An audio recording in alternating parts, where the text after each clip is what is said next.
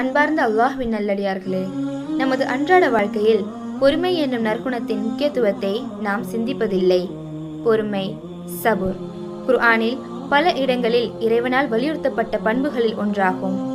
அல்லாஹ் சுப்ஹானஹு வ தஆலா அல் குர்ஆனில் கூறுகிறான், அத்தியாயம் 2 வசனம் 45, மேலும் பொறுமையை கொண்டும் தொழுகையை கொண்டும் அல்லாஹ்விடம் உதவி தேடுங்கள், எனினும் நிச்சயமாக இது உள்ளச்சம் உடையவர்களன்றி மற்றவர்களுக்கு பெரும் பாரமாகவே இருக்கும் என்று. மற்றும் ஒரு இறைவசனத்தில் அத்தியாயம் 2 வசனம் 153, நம்பிக்கை கொண்டோரே, பொறுமையுடனும் தொழுகையுடனும் உதவி தேடுங்கள், நிச்சயமாக அல்லாஹ் பொறுமையாளர்களுடன் இருக்கிறான். இன்னல்லாஹ மஅஸ்ஸாபிரீன். மேற்கண்ட இவ்வசனங்களில் இறைவன் தொழுகையின் முக்கியத்துவத்தை போல் பொறுமையும் வலியுறுத்தி கூறுகிறான். எனவே நம்பிக்கையாளர்களாகிய நாம் அழகிய பொறுமையை கொண்டு இறைவனிடம் உதவி தேடுவோம். இறை தூதர் ஸல்லல்லாஹு அலைஹி வஸல்லம் அவர்கள் கூறினார்கள், ஒரு முஸ்லிமை தைக்கும் முள் உட்பட அவருக்கு நேரிடும் துன்பம், நோய், துக்கம், கவலை, தொல்லை, மனவேதனை ஆகிய எதுவாயினும் அதற்கு பதிலாக அவரின் பாவங்களிலிருந்து சிலவற்றை அல்லாஹ் மன்னிக்காமல் இருப்பதில்லை. அறிவிப்பாளர் அபூ ஹுரைரா ரலியல்லாஹு அன்ஹு, புகாரி எண் 5642. தற்போதைய சூழ்நிலையில் நாம் அனைவருக்கும் ஏற்படும் கஷ்டங்களை அழகிய பொறுமையை கொண்டு மேற்கொள்வோம். அதற்குரிய கூலியை இறைவன் நமக்கு நிச்சயம் வழங்குவான், இன்ஷா அல்லாஹ். மேலும் ஒரு நல்லடியாருக்கு ஏற்படும் சோதனைகளை பொறுத்துக் கொள்வது குறித்து திருமறை குர்ஆனில் இறைவன் கூறுகிறான்.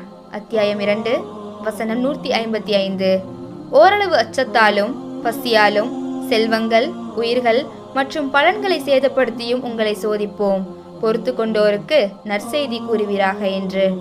இறைவனின் சோதனைகளை பொறுத்து கொள்பவருக்கு இறைவன் இம்மையிலும் மறுமையிலும் அளவில்லாத நன்மைகளை தருகிறான். அனஸ் ரலியல்லாஹு அன்ஹு அவர்கள் அறிவிப்பதாவது, என் அடியானின் விருப்பத்திற்குரிய 2 கண்களை போக்கி நான் சோதிக்கும் போதும் அவன் பொறுமையை மேற்கொண்டால் அவை 2ற்கும் பகரமாக சொர்க்கத்தை வழங்குவேன் என்று அல்லாஹ் கூறுவதாக நபி ஸல்லல்லாஹு அலைஹி வஸல்லம் அவர்கள் கூறினார்கள். புகாரி எண் 5653. எனவே நம்பிக்கையாளர்களாகிய நாம் நமது வாழ்க்கையின் ஒவ்வொரு தருணத்திலும் அழகிய பொறுமையை மேற்கொள்வோம். நபி அய்யூப் அலைஹிஸ்ஸலாம் போல் அவர் தனது செல்வங்கள், குழந்தைகள், தனது உடல் நலமென அனைத்தையும் பறித்து சோதிக்கப்பட்ட போதும் தமது இறைவனுக்காக அழகிய பொறுமையை மேற்கொண்டார். இதனை அல்லாஹ் சுப்ஹானஹு வ தஆலா குர்ஆனில் கூறுகிறான். அத்தியாயம் 38 வசனம் 44, நிச்சயமாக நாம் அவரை பொறுமையுடையவராக கண்டோம், அவர் சிறந்த நல்லடியார், நிச்சயமாக அவர் எதிலும் நம்மை நோக்கியவராகவே இருந்தார்.